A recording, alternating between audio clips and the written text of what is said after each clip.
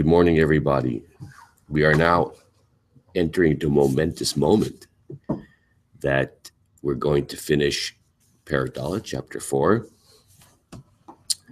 So let's dive right in.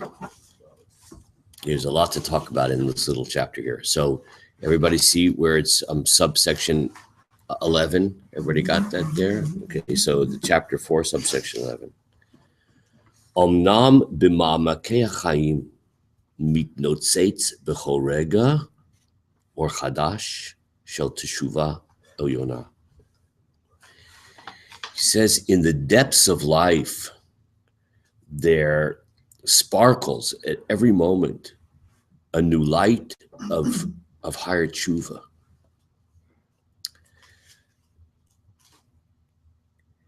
This is a big theme in the writing of Rav Kook, and it's not just Rav Kook, it's in the Zohar and in the Hasidic writings, that at every single moment that there is a force which is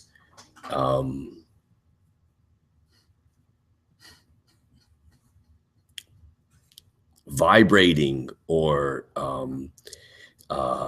entering into the universe, which is moving all of existence upwards towards return to our supernal source.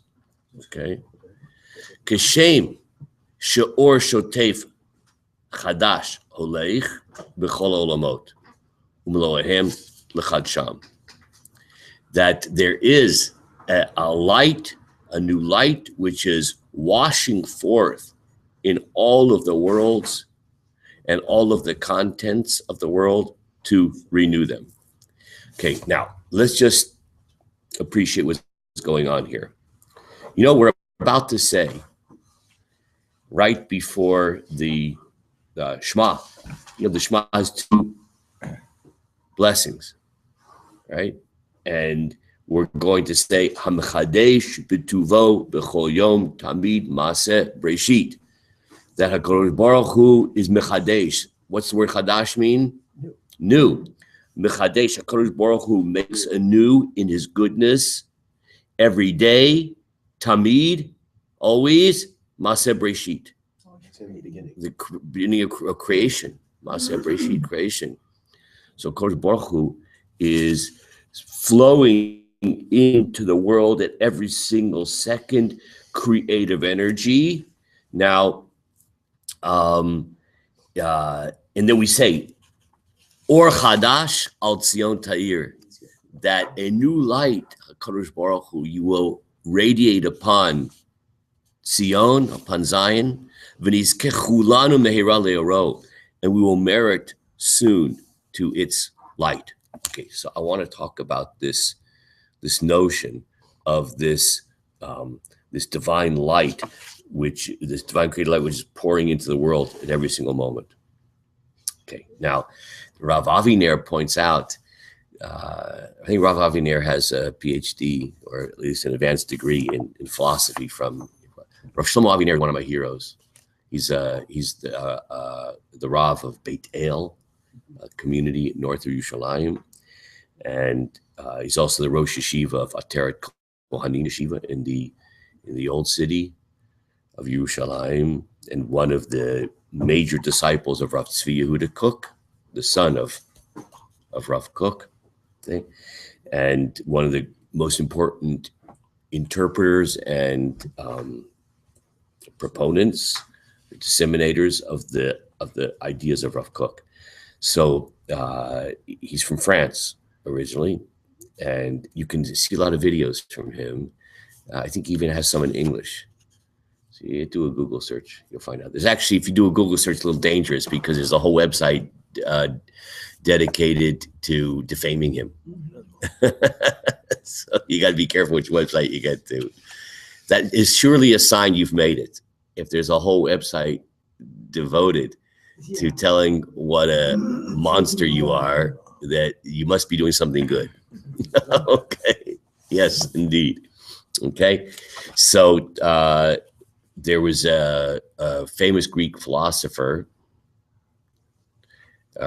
Heraclitus. I'm not even sure that's the right way to pronounce it.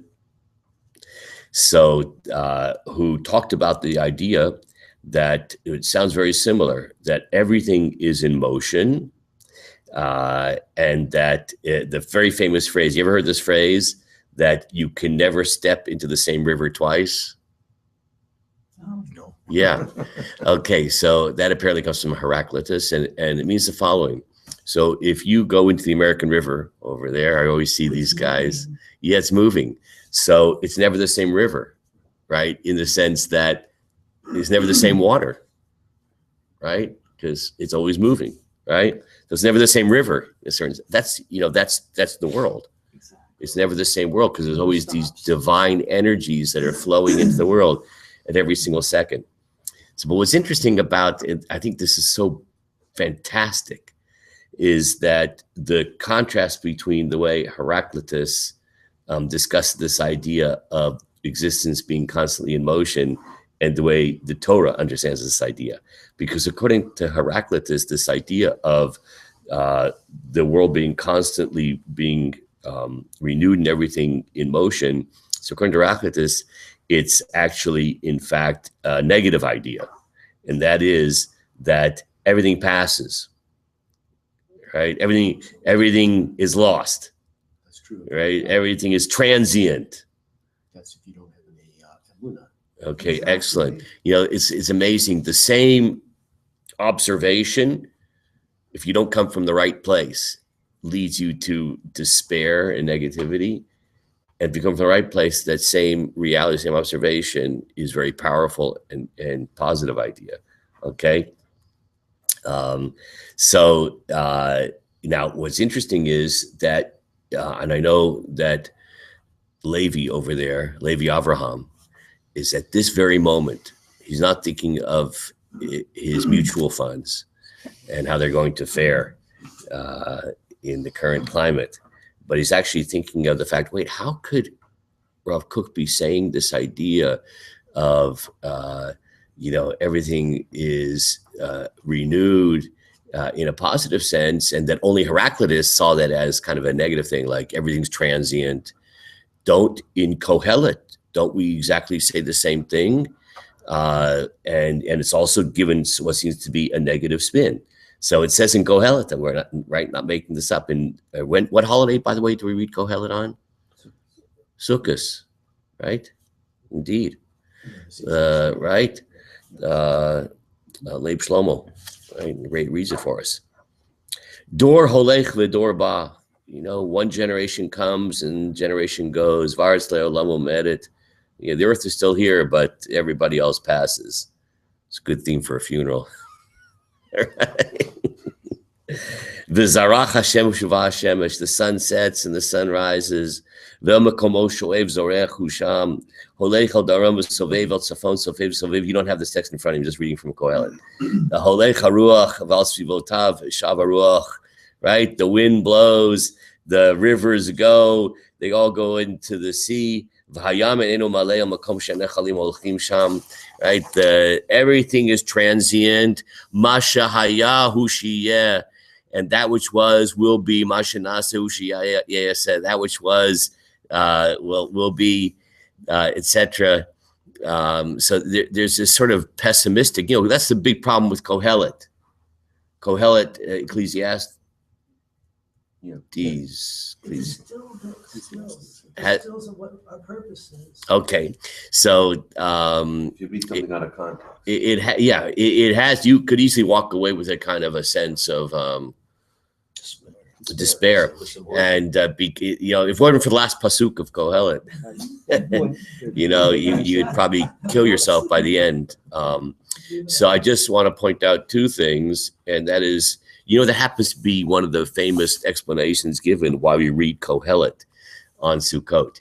Because if you have to think of certainly a biblical holiday, which is party time, it's Sukkot. And especially after Sukkot follows on Rosh Hashanah and Yom Kippur, which are days like, we call them the days of awe, you know, and when people really take it seriously, the days of awe, and I don't know if you've ever experienced this, maybe even yourselves, but you know, I've been in shuls in the Holy Land in Israel that the people are crying, and you, especially the women's section, like crying, like because they're afraid. They take it really seriously. The days of awe, the days of fear. Okay, so then there's all of a sudden, you know, you come out of that to Sukkot, which is like Zman Simchatenu, the time where like V'samachta b'chagecha, you should be happy, and there's like it's a big party. And of course, the idea behind that is because we presumably got a good verdict, right? It was Super Tuesday, and we came out good. Okay, that's the idea. Okay, so that we read Sukkot exactly for that reason, because we want to like slow down, don't party too hard, because you know, don't go too crazy. Keep a little bit of like fear there. So that's why we Kohelet to kind of balance it. But the truth of the matter is, if you look in Kohelet more closely, we see that the message is not like the Greek philosopher. Everything's transient. What's the point? You live, you die. That's the end. The blade of grass comes up, goes down, and that's it. Because if you take a look at Kohelet a little bit more clearly, of course, who wrote Kohelet? The wisest of men, Shlomo. And he says, "L'kol zman ve'et l'kol chayvus takat hashamayim," that there is a time and a place for everything under the heaven. Et hakol asa yafeh b'ito. Everything is just right for its moment. In other words, we say that everything is transient. We don't mean it in the sense that I'm talking about Kohelet right now. It all goes away. So what's the point, right? You hear this idea. You're going to die tomorrow, so party day. Or I think there's a more elegant way of saying that, right? That Live fast, die young. Exactly. Okay. Whatever. I think there's even like, I don't know where the idea is from, but you know, there's some kind of saying about, you know, you can die tomorrow, so whatever, live for today. So that's not the idea in Kohelet. The idea is that this constant change, transience, is because every single moment has its function. Every single moment is there to be maximally purposeful, right? It's a very deep idea. What's happening today is not what's going to be tomorrow, but that's because today is for today and tomorrow is for tomorrow, right? Today has a function, and that's even can be in the sense of all the mistakes of today are in order that tomorrow will be responding to those mistakes in a positive and constructive way and to move forward, right? Everything is moving forward and building. So this constant transience doesn't lead us to despair. It actually is extremely optimistic, and there's a sense of building as you move on. Okay, now let's read just a little bit more and then go into this more deeply. Okay. Ulefi, back to the text. Ulefi erko shelaor umiluya chochma v'kodesh sheyesh bo mitmalot haneshamot ba'otzarot chaim chadashim. And in accordance with the nature of the light and the content of wisdom and holiness, which is in that light, all the neshamas are filled with treasures of new life force. And even culture and practical life ascends. The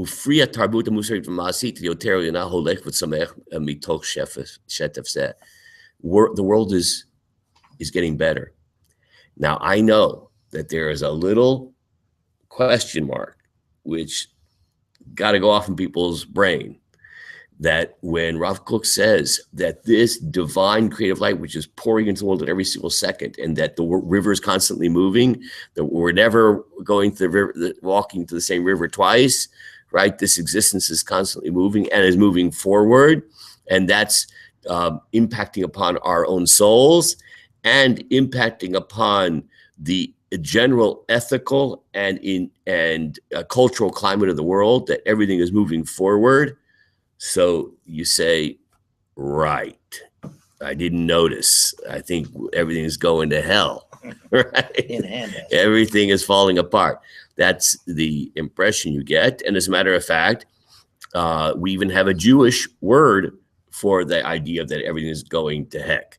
And that's the concept of Yeridat HaDorot, the descent of the generations. This is a Jewish idea that each generation is going down. So how do we somehow reconcile the notion that everything is going to pot and the world is going down with this idea that there's this divine energy flowing into the world, propelling the world forward, our own individual neshamas and ethics and culture, etc., that is going forward? So how does one understand that? How about the Holocaust? Like that wasn't too long ago, right? That's like the sea of civilization, right? That's moving forward. So like, happened, how much?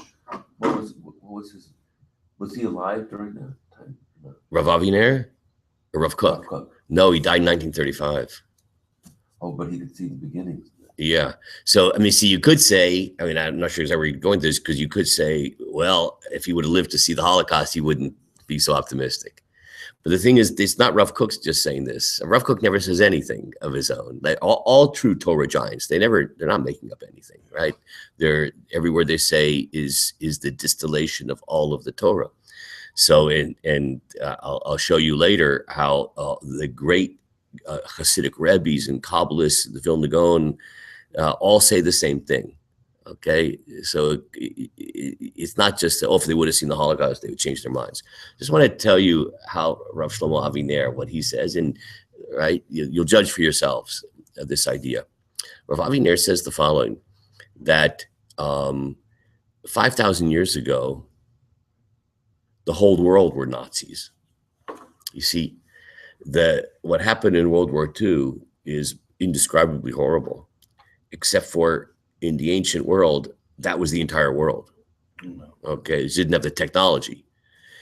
Let's just think about it for a second. How about very good? Okay, I was going to give a different example, but I want to give that too. Yeah, how about human sacrifice? How about child sacrifice? So, you know what happened pretty soon after God created the world? He destroyed it totally. Now, why did he destroy it totally? Because the earth was so corrupt that it couldn't justify its existence. Okay, we have to absorb how horrible existence was. Let's talk about Leib Shlomo's example that he gave there, and that is child sacrifice. And this is all attested to in Tanakh, right? In the book of Malachim and in Yirmiyahu, in the book of Kings and Jeremiah. You know, there's a valley near Jerusalem, Gei Ben Hinnom. Okay?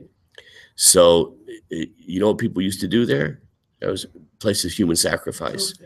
And our sages, just Tophet, exactly. So there's an unbelievable teaching that we have. You know, Tophet, it could be related to the word tof, a drum. Mm-hmm. And so why? So what they used to do is that they would take their children and they would burn them up as offerings. And there was sort of, you could bring all kinds of different offerings. There's like sliding scale, right? So some people would bring like some flour, some people bring an animal, but if you're really cool, you bring your kid. Okay, they used to beat drums. Okay, how'd you know that? Tied to screaming. How'd you know that? I read about it. You read about it. I looked up a Tophet. Yeah, that's unbelievable. What did you say?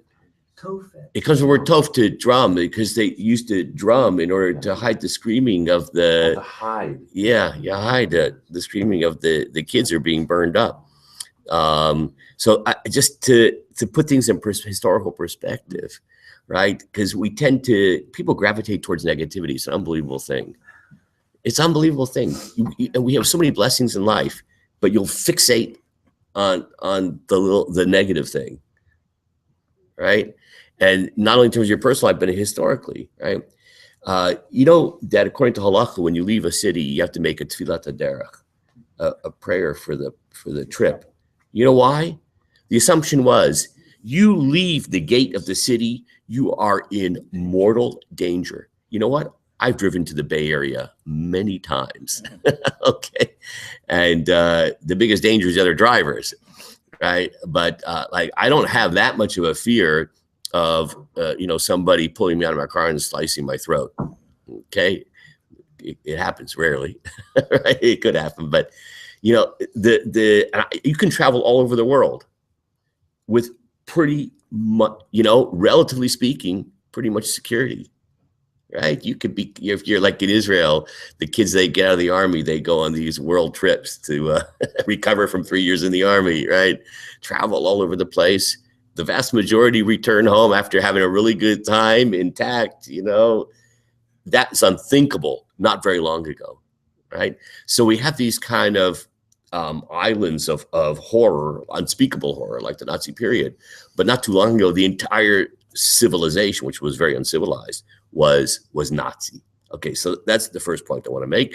And we're going to go on with this discussion of how does one reconcile the notion of the descent of the generations with this idea of the this divine creative force, which is actually causing an elevation of the world. How do those two ideas harmonize? We'll go on with this very important and fundamental idea tomorrow. Have a great day, everybody.